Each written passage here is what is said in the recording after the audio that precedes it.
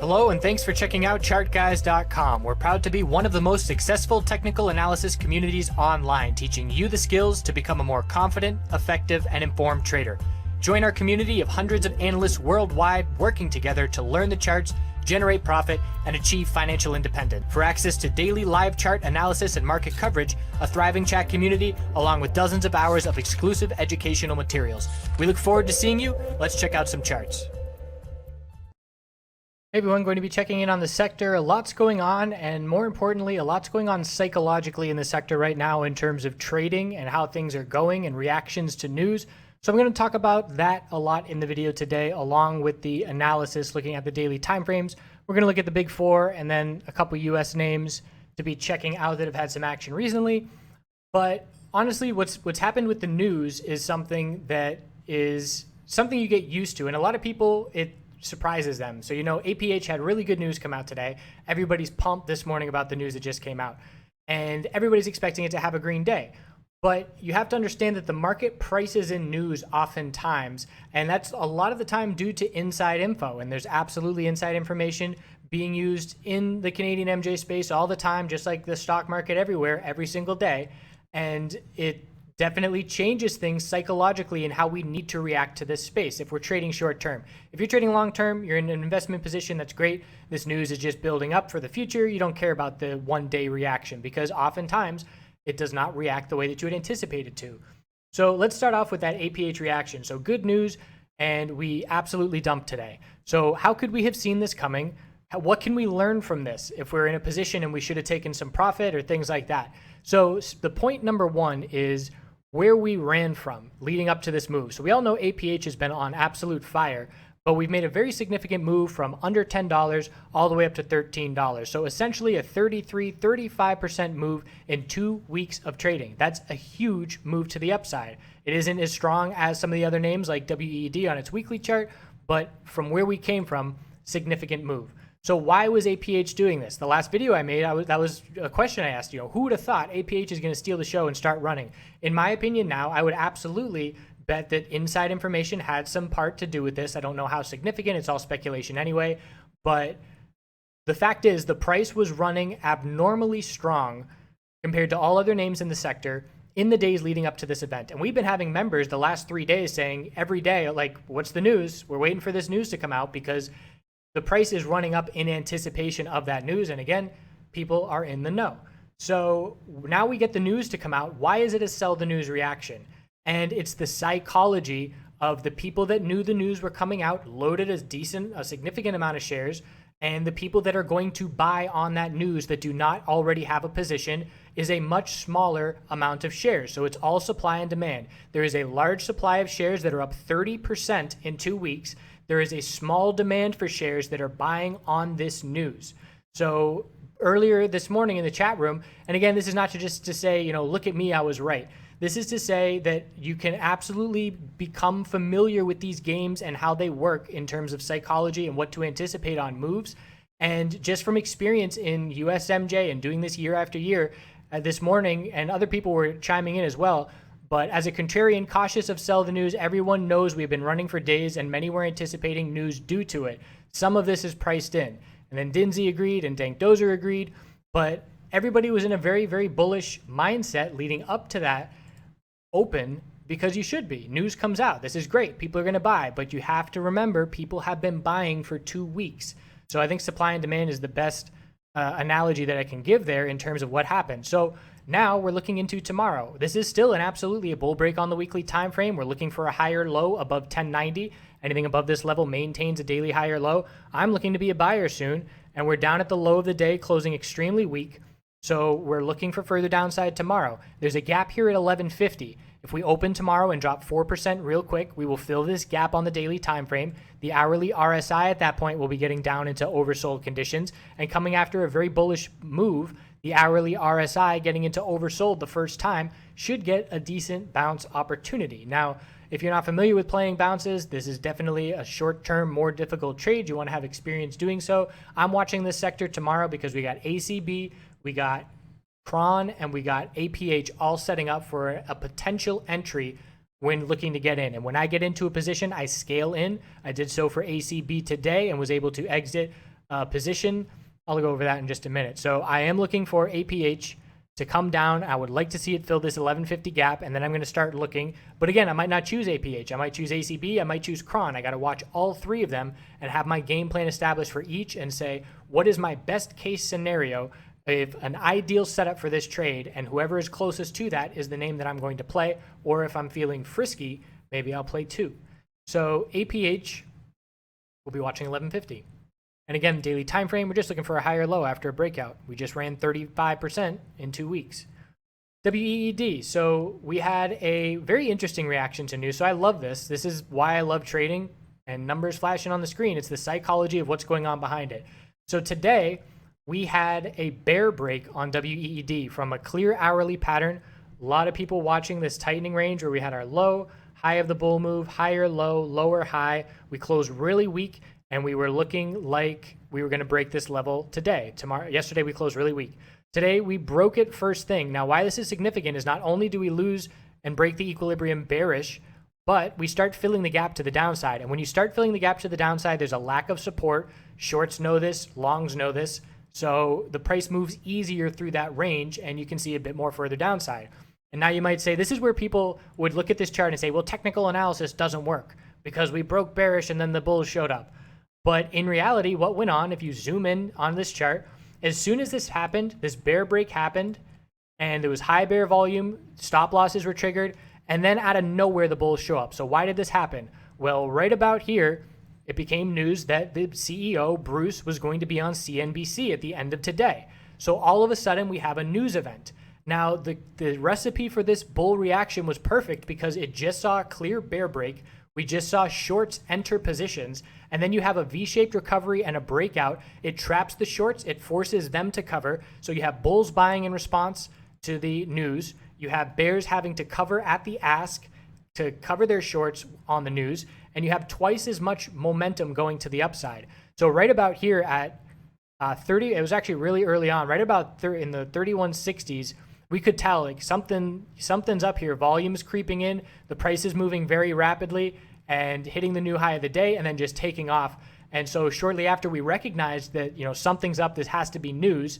And then the news comes out shortly thereafter that we're going to be on CNBC. Now, keep in mind, this is another sell the news event. We know that the CEO is going to be on CNBC after the market close. The bulls are buying in for that event. And you have to anticipate the same thing. Everybody who knows about this event early is buying in. There's the supply of shares. What is the demand of shares tomorrow on people that see the segment and say, I'm buying WED first thing tomorrow? Are people going to do that? Yes, absolutely. There will be some people that do that.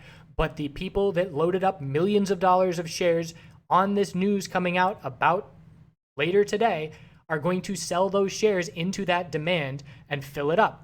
So here at the end of the day, which we've been noticing more recently, and it happened just last week, where we head into the end of the day strong, and the market is shifting. We used to close really strong and have a gap up and easy free money. And the market makers now know that we know that game, so they are changing things, and we are now no longer closing up at the high of the day. We used to do that all the time. Now we're seeing a sell-off into the end of the day on strong bull moves. And we saw this on the other day when that news came out about the NYSE. We sold off at the end of the day. It looked very unusual. And I pointed out how that high bear volume on the 5-minute time frame really stood out at the end of the day. So the market is shifting and we must adapt to it. So we now know that there is going to likely be profit taking at the end of the day on significant bull moves. So this is, in my opinion, some of it being priced in as well. People wanting to lock in this profit before the news comes out, because the news is known. The only way that the market is going to respond bullish is if more news is dropped during this interview after hours. That will catch the market by surprise and it will have to react to it. But in terms of the market gaining anything new, that's something that new people don't really understand, is that the market is really good at pricing things in, and it does it in advance of things. And that is a lot of the times why we see this reaction. So checking in now on WEED. So the bulls are still in full control. Daily time frames just fine. Nice bull break and continuation. The next major resistance level, let me get rid of some of these lines here, but the next major resistance level is going to be up here and that's up at 34.71. And if we clear that hurdle, we're looking back at the all-time high. So the fact that the weekly equilibrium broke bullish significantly shifts the odds that we see all-time highs from where we stand, either in the second half of this year, maybe early 2019. The bottom line is the bulls have the trend in their favor, and it's going to be up to the bears to prove themselves to take the bulls off of their, tracks that they're on. I'm going to say take the bulls off of their horse, but that's a strange image. So the profit taking we saw at the end of the day is not significant. The hourly time frame just looking for a higher low, and the bulls are just fine. We ran extremely strong. We were overbought. Volume, look at the volume drop off on the way up. That shows the bulls running out of momentum and getting tired. So just profit taking at the end of the day. CRON is in a weekly equilibrium pattern still. Now, WED broke this pattern. Don't know why that Bollinger Band's broken. CRON broke this, or WED broke this pattern bullish. It has not broken on CRON yet. So we got our high, low, lower high, higher low, lower high, higher low, lower high, getting tighter and tighter, volume continuing to drop off. I love these patterns. They are the easiest patterns, in my opinion, that you can trade in any market. When the break happens, you trade them. I traded on the 5-minute time frame, the hourly time frame, the daily, the weekly, all over the place.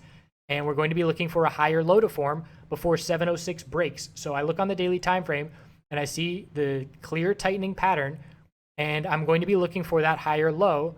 I actually thought CRON closed weaker than this. I'm going to have to double check the close, but I was hoping to close near the low of the day to see a quick push down tomorrow morning to give an entry opportunity with this is our support level. So I always love when I have a support level to be going off of because I know my risk to reward scenario. If I get in at 730 and the level I would get triggered out, I'd go under 7 psychological personally.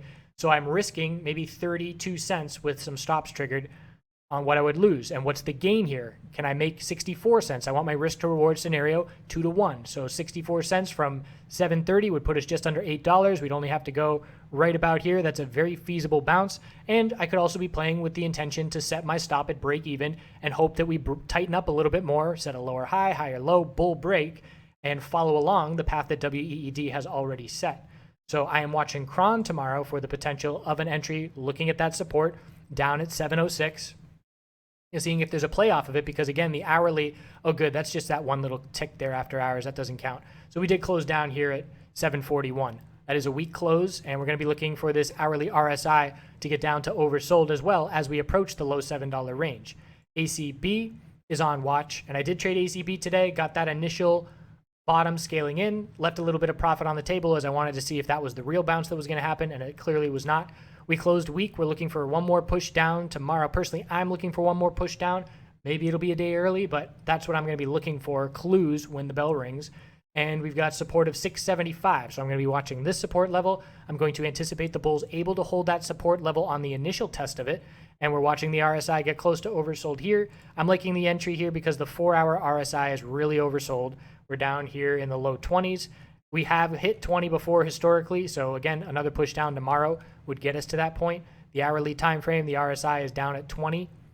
And again, historically, we scroll back. We do get below that at times, but generally, time to start looking.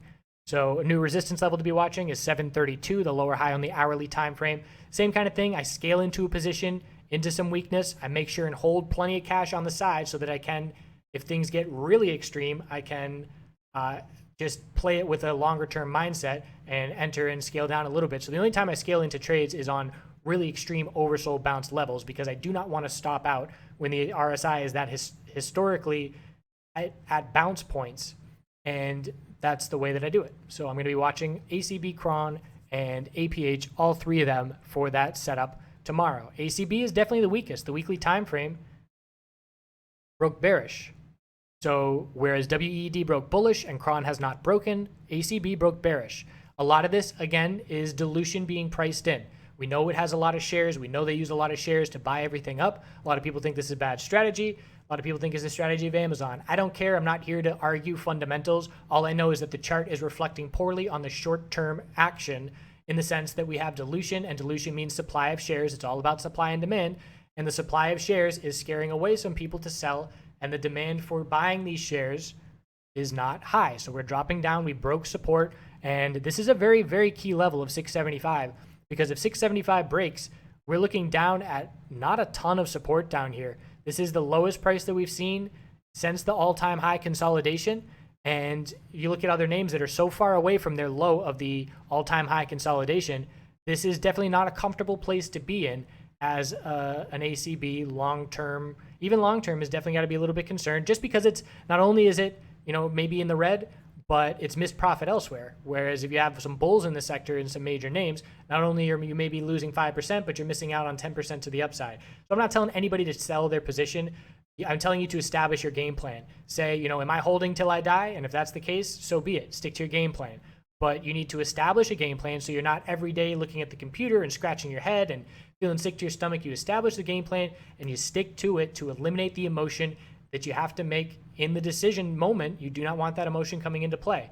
So you have to say to yourself, if this support level breaks, well, I mean, personally, I would have been out on the break of 756, but that's neither here nor there.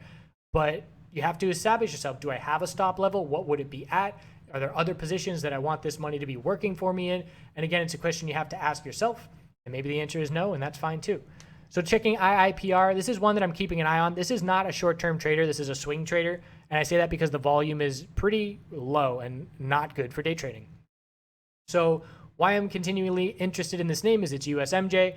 I do like the momentum that the sector has, and it's just a perfect cup and handle pattern setup. And we'll see if it follows through. It's entirely possible it won't, but a lot of people talk about cup and handle patterns all the time, and they are just not the right formation in terms of either the right side is above the left side, which would negate it, or the handle consolidation is not right. But I just want to point this one out as it is perfect in terms of the all-time high, the perfect healthy consolidation, the inability to break the left side of resistance, which leads to some profit taking and consolidation that forms in a healthy bull flag-like shape. And the bulls then look to break it and see continuation. And in this instance, it would be a new all-time high, and we would absolutely see a breakout. So I am in a longer-term position. I'm not going to touch it anytime soon because the weekly chart is the chart that I am playing based off of, and I'm still very comfortable with this weekly chart. We just need to see a volume spike, and on the daily time frame, we have to see if the first break is 33.80 and the real break is 35. If 35 breaks, I'm pretty confident that we're going to see a new all-time high. So just something to be keeping an eye on, and we'll see if we get that follow-through, as GWPH, the other major U.S. name, already is running at all-time highs and has been pretty strong over the past month or so. Really since April, we've gone from 106 up to 150, so that's a nice 35-40% move in just a month and a half. CVSI had some members playing this today. Just a bull flag pattern, a breakout, healthy consolidation on declining volume, and the 15-minute time frame. Actually, I want to show it on the hourly. The hourly chart had a nice little equilibrium that broke bullish and gave a quick 6% move, where we had the high, the low of consolidation, lower high, higher low, and then the bulls got a clear break above. Let's see, 104 was a break, so actually got about 3% on that move. And we're looking to see if the bulls can get some follow through here, because we are clearly in breakout mode on the daily chart. There are some weekly resistances back here, but we have changed the trend on the weekly chart. And we are looking at the daily chart, trying to follow through with that bull flag. So a couple just clear patterns, cup and handle, bull flag. You'll see those everywhere. It's good to get familiar with them. And when I trade with stocks, I use the EMA 4 and 8, the exponential moving average. And it's a general rule of thumb where it's just, has the consolidation broken those support levels? If it has, then it's too much consolidation to be a bull flag. And if it's a bear flag on a bounce, are those levels still resistance? And if the answer is yes, then it's still a potential bear flag at that point. So I do use those as a rule of thumb. I think that's all I got to say. Appreciate you watching. Have a great forever.